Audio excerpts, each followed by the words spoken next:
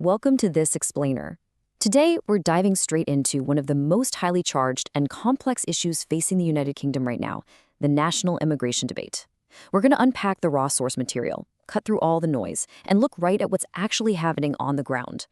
We'll be tracing this all the way from the highest levels of government policy down to the deeply personal anxieties of local communities. We're going to clearly map out the facts, the rhetoric, and the deeply contrasting viewpoints that are currently colliding across the country. Okay, let's take a quick look at our roadmap. We've got 1. Government immigration policies explained. 2. Local communities pushback. 3. The small boats confrontation. 4. Debating the crime statistics. And finally, 5. National anxiety and frustration. Let's get right into it. Starting off with Section 1, Government Immigration Policies Explained.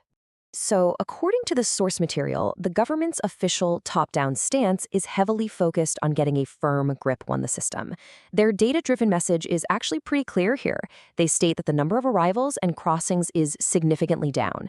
And on top of that, they emphasize that removals of individuals who have no legal right to be in the country, especially foreign national offenders who break UK law, well, those removals are significantly up.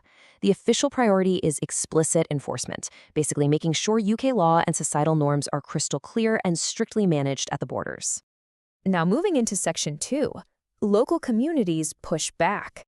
But how does that official policy actually translate at the ground level? Well, this perfectly illustrates the massive disconnect we're seeing. On one hand, you've got official government rhetoric focusing on bringing the numbers down and getting a grip. But when you look at raw citizen sentiment, it's a completely different story.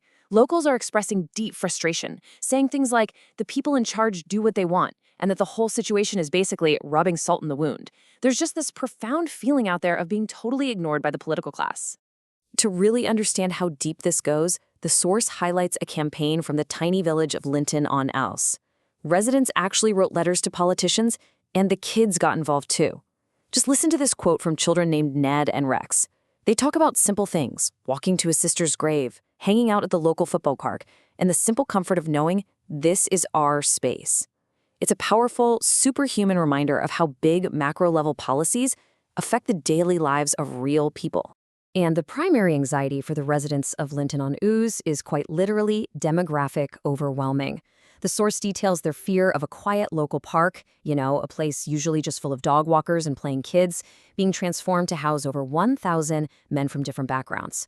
For such a small village, the residents are absolutely terrified they'd be vastly outnumbered, which would completely change their way of life and strip them of their local freedoms.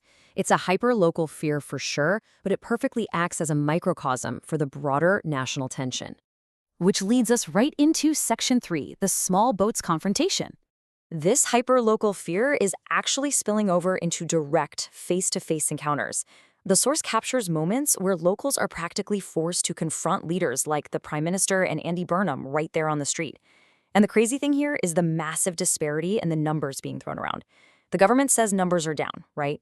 But these citizens are citing their own alarming on-the-ground figures, claiming 2,000 to 3,000 arrivals in a single day and 220 megaboats just last week.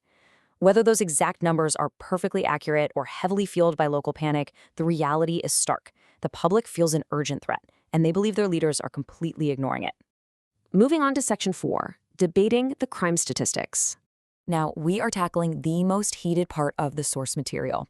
This perfectly captures a huge ideological split between two debaters from our source, Barry and Adam.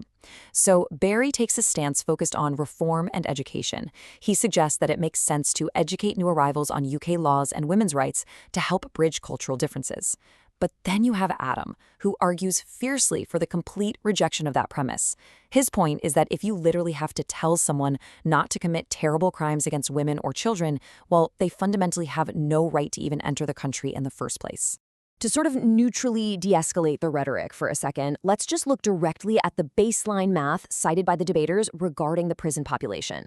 When looking at total sexual offenses by citizenship for those currently in prison, the data presented shows that 80% are British citizens and 20% are foreign nationals. Barry uses this exact statistic to argue that, look, the vast majority of these crimes are committed by native citizens, pushing back on the narrative that imports are the primary source of the problem. But wait, here's where the counter-argument comes in, and it focuses heavily on proportions.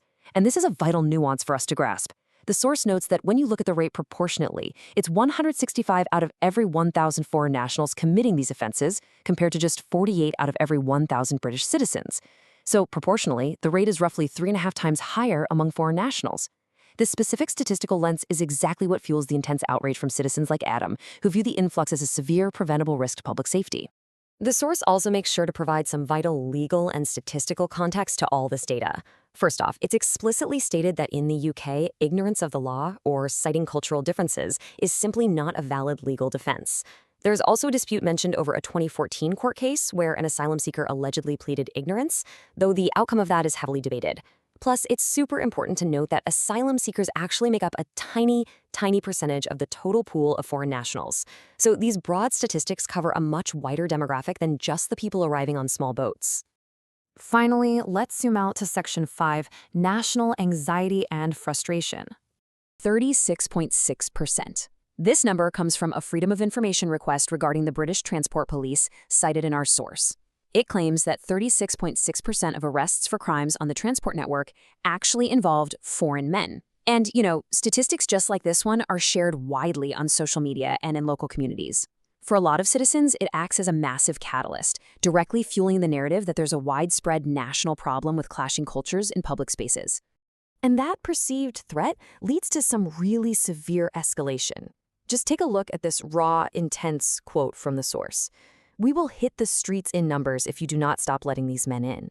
This isn't just a polite disagreement over policy anymore. We're talking about explicit threats of localized uprisings from people who feel that fathers, grandfathers, and uncles have to step up and protect their communities because they genuinely believe the system has completely failed them. Which brings us to the absolute boiling point. Why does all of this matter? Well, the source details a very volatile environment plagued by rising misinformation, justified anger, and widespread anxiety and depression, even affecting teenagers. The psychological toll on the public here is just immense.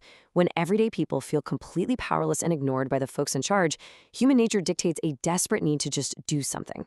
And that creates a highly combustible powder keg environment where communities are pushed to their absolute limits. Which leaves us with this big final thought. We've traced the lines from government spreadsheets all the way down to a kid's local football park, and from intense statistical debates to literal threats of hitting the streets. So as these deeply personal local anxieties continue to violently clash with top-down, bureaucratic, national policies, how can a country successfully balance the enforcement of secure borders with the absolute need for societal harmony?